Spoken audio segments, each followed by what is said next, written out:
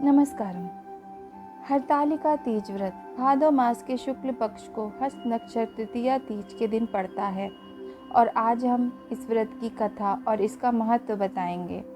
ये व्रत माता पार्वती ने भगवान भोलेनाथ को पति के रूप में पाने के लिए किया था और इस दिन महिलाएं मेहंदी लगाती हैं, 16 श्रृंगार करती हैं, अच्छे से तैयार होकर पूजा करती हैं और सारा दिन निर्जला उपवास करती हैं और दूसरे दिन ही नहा धोकर अन्न ग्रहण करती हैं।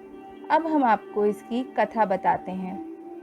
पौराणिक मान्यताओं के अनुसार शिव जी ने माता पार्वती को इस व्रत के बारे में विस्तार पूर्वक समझाया था।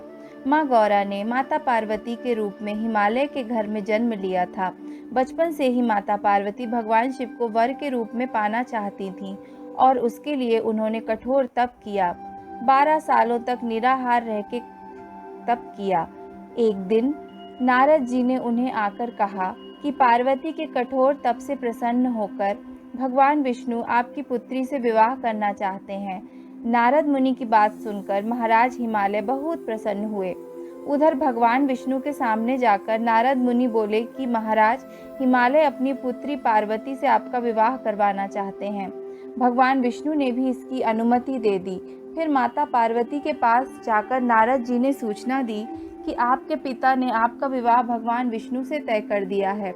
यह सुनकर पार्वती बहुत निराश हुईं। उन्होंने अपनी सखियों से अनुरोध कर उसे किसी एकांत गुप्त स्थान पर ले जाने को कहा।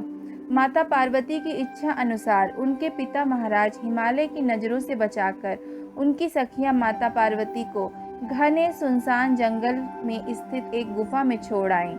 यहीं रहकर उन्होंने भगवान शिव को पति रूप में पाने के लिए कठोर तप शुरू किया, जिसके लिए उन्होंने रेत के शिवलिंग की स्थापना की।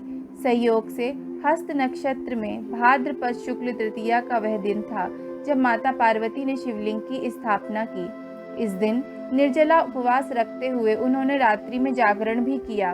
उनके कठोर तप से भगवान शिव प्रसन्न हुए। माता पार्वती जी को उनकी मनोकामना पूर्ण होने का वरदान दिया। अगले दिन अपनी सखी के साथ माता पार्वती ने व्रत का पारण किया और समस्त पूजा सामग्री को गंगा नदी में प्रवाहित कर दिया। उधर माता पार्वती के पिता भगवान विष्णु को अपनी बेटी से विवाह करने का वचन दिए जाने के बाद पुत्री के घर छोड़ देने से व्याकुल थे। फिर वह पार्वती को ढूंढते हुए उस स्थान पर जा पहुँचे। इसके बाद माता पार्वती ने उन्हें अपने घर छोड़ देने का कारण बताया और भगवान शिव से विवाह करने के अपने संकल्प और शिव द्वारा मिले वरदान के बारे में बताया। तब पिता महाराज हिमालय भगवान विष्णु से क्षमा मांगते हुए भगवान शिव से अपनी पुत्री के विवाह को राजी हुए। इस व्रत का नाम हरतालिका इसलिए है क्योंकि माता पार्वती को उनकी सखियां हर ले गई थीं। अब कथा के बाद महिलाएं माँ पार्वती को श्रृंगार का सामान चढ़ाती हैं, हवन करती हैं, आरती करती हैं शिव पार्वती की और अपने पति की लंबी उम्र की कामना करती हैं।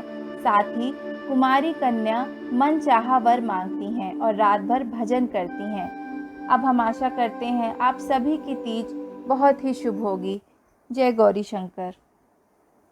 अगर आपने हमारे चैनल को अभी तक सब्सक्राइब नहीं किया है तो सब्सक्राइब का बटन दबाना बिल्कुल भी ना भूलें और उसके बगल में बेल आइकन है, उसे भी साथ में दबाएं।